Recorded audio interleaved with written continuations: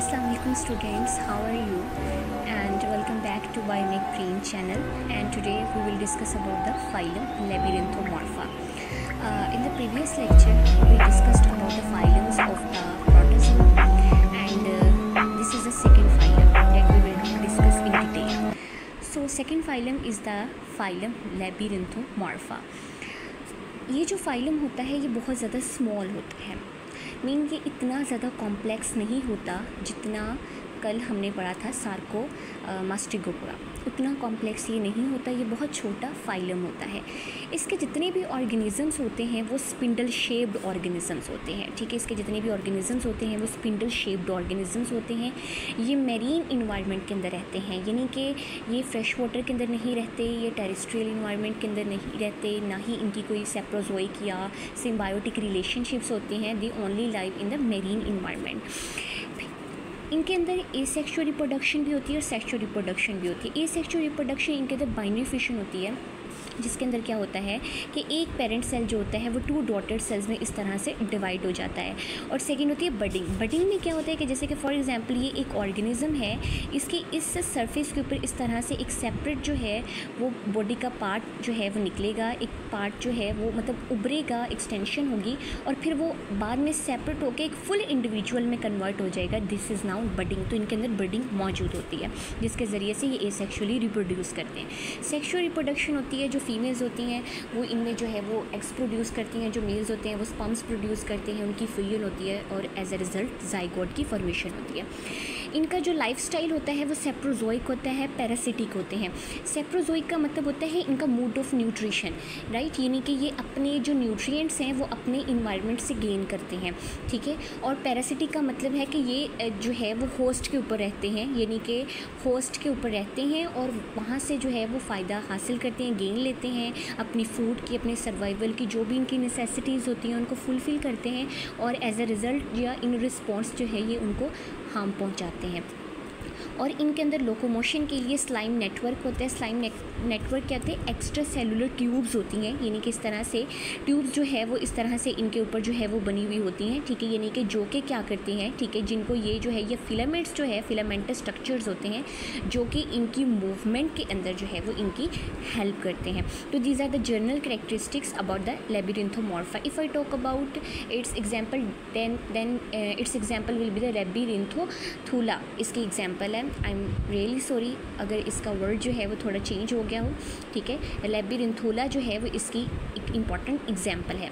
Then I would talk about the phylum apicomplexa. Phylum apicomplexa it is the third phylum of the kingdom protozoa. अब ये जो एपिकॉम्प्लेक्सा है ये name कहाँ से आया है? इसके अंदर एक यूनिक ऑर्गेनेली जो है वो मौजूद होती है, ठीक है, यूनिक ऑर्गेनेली इसके अंदर मौजूद होती है। उस ऑर्गेनेली को एपिकोप्लास्ट कहते हैं। वो एपिकोप्लास्ट जो ऑर्गेनेली होती है वो नॉन फोटोसिंथेटिक प्लास्टिड होता है जो कि क्लोरोप्लास्ट से ड्राइव किया जाता है। आपने देखा होगा कि जो क्लोरोप्लास्ट होता है वो प्लांट्स के अंदर मौजूद होता है, उसके अंदर पिगमेंट्स मौजूद होते हैं जो कि फोटोसिंथेसिस करते हैं, जिसके ज़रिए से प्लांट एनर्जी और फूड जो है वो गेन करता है। लेकिन ये जो एपिकोप्लास्ट होता है ये भी क्लोरोप्लास्ट से ही इसको ड्राइव किया जाता है, लेकिन ये नॉन फोटोसिंथेटिक होता है। इसके अंदर किसी भी किस्म का कोई भी पिगमेंट जो होता है वो मौजूद नहीं होता, ठीक है। और ये जो है वो किसी भी किस्म की कोई भी फोटोसिंथेसिस जो है वो नहीं करता, क्योंकि जब पिगमेंट ही मौजूद नहीं है तो किस तरह से जो है वो इनके अंदर फोटोसिंथेसिस पॉसिबल होगी। इस वजह से इनका नेम जो है वो एपिकॉम्प्लेक्सा है। सेकेंड, इनके अंदर सीलिया या फ्लैजिला जो है वो मौजूद नहीं होता लोकोमोशन के लिए।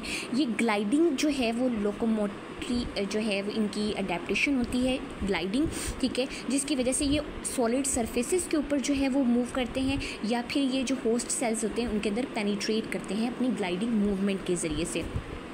देन ये जो है वो इनके तमाम के तमाम जो इसके मेंबर्स होते हैं वो पैरासाइट्स होते हैं। ये इंट्रा सेलुलर पैरासाइट्स होते हैं, यानी कि सेल के अंदर रहते हैं ये, ठीक है।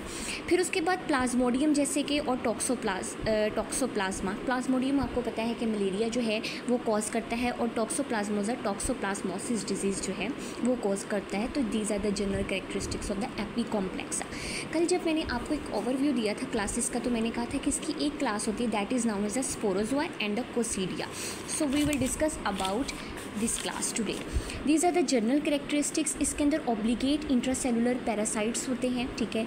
ये ऑब्लिगेट इंट्रासेलुलर पैरासाइट्स हैं, ठीक है। इनके अंदर किसी भी किस्म का कोई भी सीलियर या फ्लैजिला जो है वो मौजूद नहीं होता, ठीक है। मल्टीपल होस्ट यानी कि इनको अपनी रिप्रोडक्शन के लिए, अपने ऑफस्प्रिंग्स को जनरेट करने के लिए इनको मल्टीपल होस्ट की, या अपने लाइफ साइकिल को कंप्लीट करने के लिए इनको मल्टीपल होस्ट की रिक्वायरमेंट होती है, ठीक है। और फिर जैसे कि फॉर एग्जांपल प्लाज्मोडियम एक पैरासाइट है जो कि सबसे पहले जो है वो मॉस्किटो के अंदर मौजूद होता है, कुछ अपनी लाइफ स्टेजेस ही उसके अंदर कंप्लीट करता है, एंड देन ये मॉस्किटो बाइट के ज़रिए ह्यूमंस में ट्रांसफ़र होता है, और बाकी का जो अपना लाइफ साइकिल है वो ह्यूमंस के अंदर जो है वो उसको कंप्लीट करता है, ठीक है। तो ये इसकी एग्जाम्पल है। देन हम इसके लाइफ साइकिल की बात करेंगे, यानी कि ये जो स्पोरोजोआ है इसके अंदर जो मेम्बर्स होते हैं स्पोरोजोआ के, या जो कोसिडियंस होते हैं, उनका जो लाइफ साइकिल होता है वो कैसा होता है। इनके अंदर 3 फेजेस होते हैं, एक मैरोगोनी होती है, गैमीटोगोनी और स्पोरोगोनी, राइट। अब जो मैरोगोनी होती है इसमें क्या होता है कि ये एसेक्सुअली फेज होती है इन पैरासाइट्स की, ठीक है। होस्ट सेल के अंदर जो होस्ट सेल्स होते हैं उनके अंदर जो इंटेस्टाइनल लाइनिंग होती है उसके अंदर ये एसेक्सुअली रिप्रोड्यूस करते हैं, यानी कि इनको किसी भी सेकंड मेंबर की ज़रूरत नहीं होती। उसके ज़रिए से ये जो इंडिविजुअल्स प्रोड्यूस करते हैं उनको हम मैरोजॉइड्स कहते हैं, ठीक है। यानी कि ये सबसे पहले मैरोगोनी क्या है, सबसे पहले ये इनकी एसेक्सुअल फेज़ होगी होस्ट की इंटेस्टाइनल लाइनिंग के अंदर, ठीक है। और उसमें जो ये इंडिविजुअल्स प्रोड्यूस करेगा उनको हम मैरोजॉइड्स कहते हैं। सेकंड जो इसकी फेज़ होती है दैट इज़ द गमीटोगेनी। जैसे कि नाम से ही जाहिर है कि ये सेक्सुअल फेज़ होती है, इसमें गैमीट्स की फॉर्मेशन होती है। जो मेल के गैमीट्स होते हैं उनको हम माइक्रोगैमीटोसाइट्स कहते हैं, जो फीमेल के गैमीट्स होते हैं उनको हम मैक्रोगैमीटोसाइट्स कहते हैं। ये जो दोनों गैमीट्स हैं मेल और फीमेल के, ये आपस में कंबाइंड होंगे, ठीक है। कंबाइंड होने से जो है वो जाइगोट बनेगा। जाइगोट जो है वो एक कैप्सूल के अंदर जो है वो सिक्योर हो जाएगा, ठीक है। और वो कैप्सूल जो है, ठीक है, जब ये कैप्सूल के अंदर सिक्योर हो जाएगा तो वो ओसाइट बन जाएगा, ठीक है। तो इस फेज़ के अंदर हमारे पास क्या होता है, ओसाइट बनता है। अब थर्ड जो इसकी फेज़ होती है दैट इज़ द स्पोरोगोनी। अब स्पोरोगोनी में कैसे, जैसे हमने पढ़ा कि फ्यूजन होती है गैमीट्स की, जाइगोट बनता है। जाइगोट जो है वो एक कैप्सूल के अंदर इंक्लोज्ड हो जाता है, ठीक है। और वो कैप्सूल के अंदर जब एक जाइगोट इंक्लोज्ड हो जाएगा, ठीक है, तो वो ओसाइट बन जाएगा, ठीक है। ओसाइट जो होता है वो क्या करता है, कंटेन करता है स्पोरोजोइड्स को, ठीक है। ये रोड लाइक स्ट्रक्चर्स होते हैं जो कि इन्फेक्शन कॉज करते हैं। ये जो स्टेज होती है सबसे पहले मैरोगोनी स्टेज होती है, ठीक है। इसमें ये जो है वो अभी इन्फेक्टेड नहीं होता, गैमीटोगोनी में भी ये इन्फेक्टेड नहीं होता। ये जो जब ये स्पोरोगोनी स्टेज में आता है तो इनसे जब स्पोरोजोइड्स बनते हैं, ये रोड लाइक स्ट्रक्चर्स होते हैं, तो ये जो स्ट्रक्चर्स होते हैं स्पोरोजोइड्स ये इन्फेक्शन कॉज करते हैं। और ये जो स्पोरोजोइड्स होते हैं ये मॉस्किटो बाइट के ज़रिए जो इंडिविजुअल्स होते हैं या ह्यूमंस जो होते हैं उनके अंदर एंटर होते हैं, और उनके अंदर एंटर होके ये डिजीज़ कॉज करते हैं, ठीक है।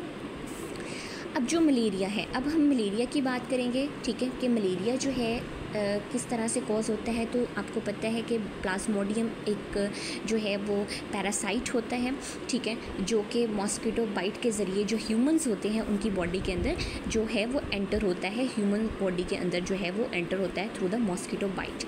Then I would talk about its life cycle. Life cycle इसकी बात करेंगे। सबसे पहले मैंने आपको जैसे बताया कि इसके अंदर मैरोगोनी होगी, मैरोगोनी में इसकी एसेक्सुअल फेज़ होगी, ठीक है। लीवर सेल्स के अंदर और रेड ब्लड सेल्स के अंदर जो है ये रिप्रोड्यूस करेंगे, ठीक है। यानी कि जो लीवर सेल्स होते हैं, जो ये रेड ब्लड सेल्स होते हैं, उनके अंदर जो है ये एसेक्सुअली अपने ऑफस्प्रिंग्स को प्रोड्यूस करेंगे जिनको हम मैरोजॉइड्स कहेंगे। अब ये जो मैरोजॉइड्स होंगे, ठीक है, अब क्या होगा कि सेकेंड जो फेज़ होती है दैट इज़ द गमीटोगोनी, ठीक है। सेकेंड जो फेज़ होगी दैट इज़ द गमीटोगोनी, राइट। और गमीटोगोनी के अंदर क्या होगा कि गैमेट्स की फॉर्मेशन होगी, मेल गैमेट्स फीमेल गैमेट्स, उनकी आपस में फ्यूजन होगी, जाइगोट बनेगा, जाइगोट से ओसाइट बनेगा। यानी कि जब जाइगोट एक कैप्सूल के अंदर इनक्लोज्ड हो जाएगा तो वो जो है वो ओसाइट बन जाएगा, ठीक है, जो कि एक प्रोटेक्टेड जो है वो फॉर्म होती है इस ऑफस्प्रिंग की। देन क्या होगा कि जो स्पोरोजोइड्स होंगे, ठीक है, यानी कि ये मॉस्किटो बाइट के ज़रिए जो होस्ट होगा उसके अंदर एंटर होंगे, ठीक है, और अपने इन्फेक्शन को कॉज करेंगे, यानी कि मलेरिया जो है वो कॉज कर देंगे। इसकी सिम्टम्स क्या होती है? चिल होती है, यानी कि बहुत ज़्यादा जो है वो मतलब कि सर्दी लगना शुरू हो जाती है, वॉमिटिंग आपको आती है, ठीक है, हेड एच, यानी कि इवन के पूरी बॉडी के अंदर पेन होती है, लेकिन जो हेड एच होती है बहुत सीवियर किस्म की होती है।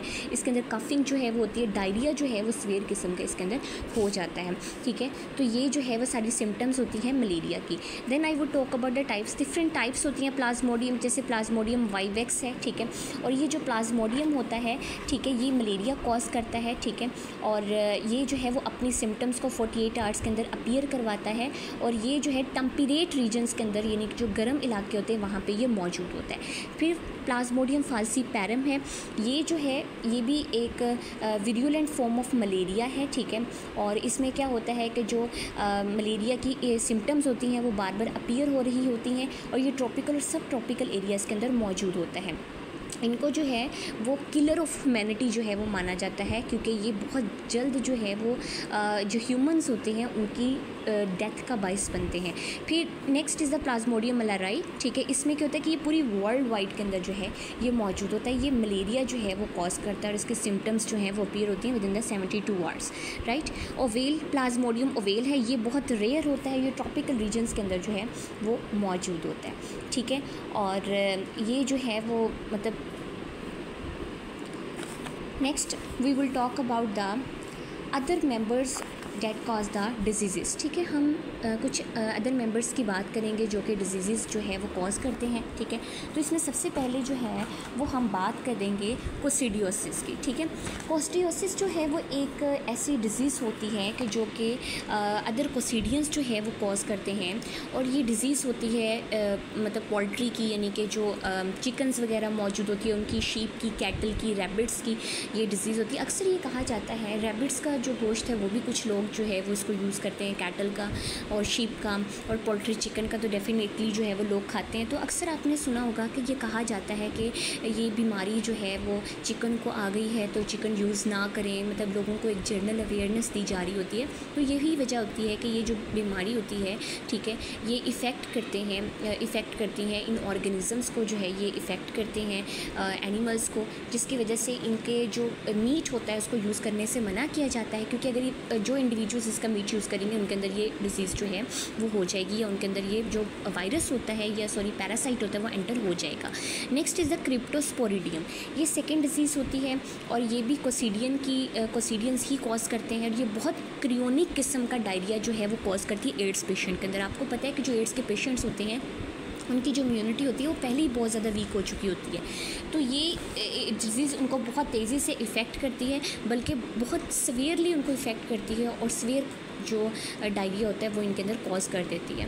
फिर third is the toxoplasmosis. Toxoplasmosis भी जो है वो एक बीमारी होती है, ठीक है, जो कि कोसिडियंस कॉज करते हैं, और ये ह्यूमंस के अंदर इस तरह से एंटर होते हैं कि जब ह्यूमंस जो है वो कंटेमिनेटेड मीट खाएंगे, यानी कि जो मीट वो खा रहे हैं उसके अंदर अगर ये बीमारी मौजूद है तो उनके अंदर एंटर हो जाएगी, या फिर प्रॉपरली मीट को कुक नहीं किया जाता, इस वजह से ये जो बीमारी है वो ह्यूमंस के अंदर जा सकती है और उनको इफ़ेक्ट करती है।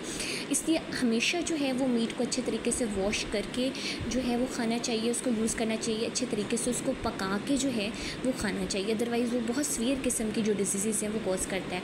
ज़्यादातर जो फीमेल्स होती हैं उनके अंदर ये प्रॉब्लम्स कॉज करता है, जिसकी वजह से उनके अंदर लेटर लाइफ में जो प्रेगनेंसी इश्यूज़ जो है उनके अंदर बहुत ज़्यादा होते हैं। फोर्थ जो है कंजेनिटल टॉक्सोप्लाज्मोसिस है। ये डिज़ीज़ ऐसी डिज़ीज़ होती है, ठीक है, जो कि वेमेंस के अंदर मौजूद होती है, और वेमेंस को ये इफ़ेक्ट करती है ड्यूरिंग द प्रेगनेंसी, ठीक है। ड्यूरिंग प्रेगनेंसी जो है ये डिज़ीज़ वेमेंस को इन्फेक्ट करती है, और इसमें क्या होता है कि डिज़ीज़ जो है फीमेल की जो बॉडी की इम्यूनिटी होती है वो बहुत ज़्यादा वीक हो जाती है, क्योंकि जब एक फ़ीमेल प्रेगनेंसी कंडीशन में होती है तो उसकी बॉडी की इम्यूनिटी पहले ही बहुत ज़्यादा वीक होती है और बहुत ज़्यादा सेंसिटिव होती है, मतलब कोई भी डिज़ीज़ उसको बहुत जल्दी से इफ़ेक्ट कर सकती है। है फीमेल को। तो ड्यूरिंग द प्रेगनेंसी जो है ये डिज़ीज़ जो है वो वेमेन से फीटस के अंदर जो है वो जा सकती है, ठीक है, फीटस के अंदर जा सकती है, और जिसका रिज़ल्ट ये होगा कि जो स्टिल बॉर्न बेबी जो है वो प्रोड्यूस होंगे, ठीक है, यानी कि जो है वो जैसे कि कहते हैं कि बेबी की डेथ हो गई है डिलीवरी होने से पहले ही माँ के जो है वो पेट के अंदर, ठीक है, तो फीमेल की बॉडी के अंदर बेबी की जो है वो डेथ हो जाती है, ठीक है। और सेकंड ये होता है कि अबॉर्शंस जो है वो हो जाती हैं, यानी कि बेबी जो है वो ज़ाया हो जाता है। इस तरह से ये जो है वो प्रॉब्लम्स हो सकती हैं अगर ये बेबी के अंदर ट्रांसफ़र हो जाती है during the pregnancy.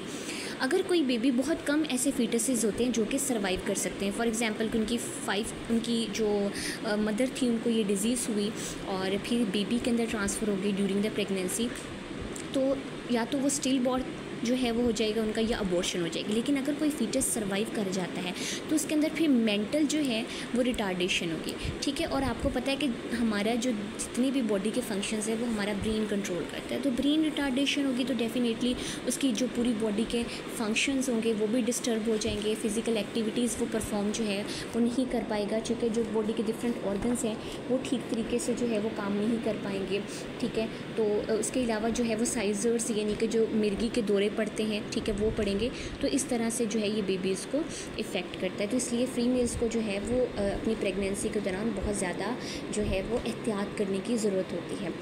Okay, so this was the topic, this was a discussion about the phylum Labyrinthomorpha, and next is the Epicomplexa. So in the next lecture we will discuss about the remaining phylums of the protozoa, and then our protozoan taxonomy will be completed. If you like my video, please like, share and subscribe my channel, and connected with me till the next video. Allah Hafiz.